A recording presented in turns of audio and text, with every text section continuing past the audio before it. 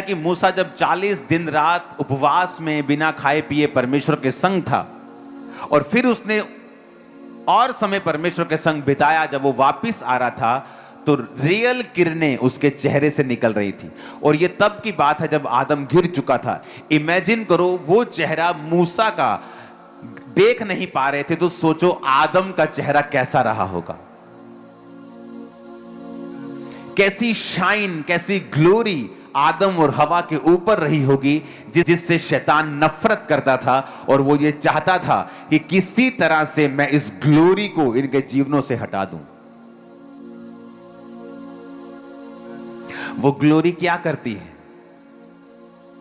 जब एक व्यक्ति के ऊपर परमेश्वर की ग्लोरी आती है, वो कभी हारता नहीं है, याद रखना।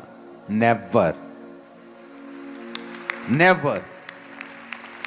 आप जानते क्यों? जब दाऊद ने पाप किया तो उसने प्रभु से कहा, अपने पवित्र आत्मा को मुझसे कभी भी अलग ना कर। क्यों?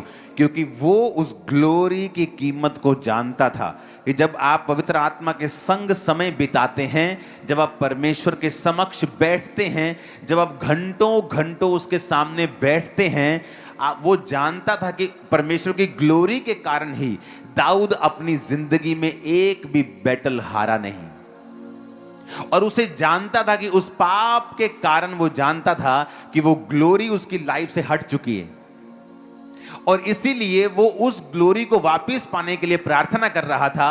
और उसने ये नहीं कहा, प्रभु मुझे सजा मत देना, मुझे फिर से अपने सिंहासन पर वापस ले जा। उसने कहा, नहीं, अपने पवित्र आत्मा को मुझसे कभी भी अलग तू परमेश्वर ना कर, क्योंकि उस ग्लोरी को वो जानता था।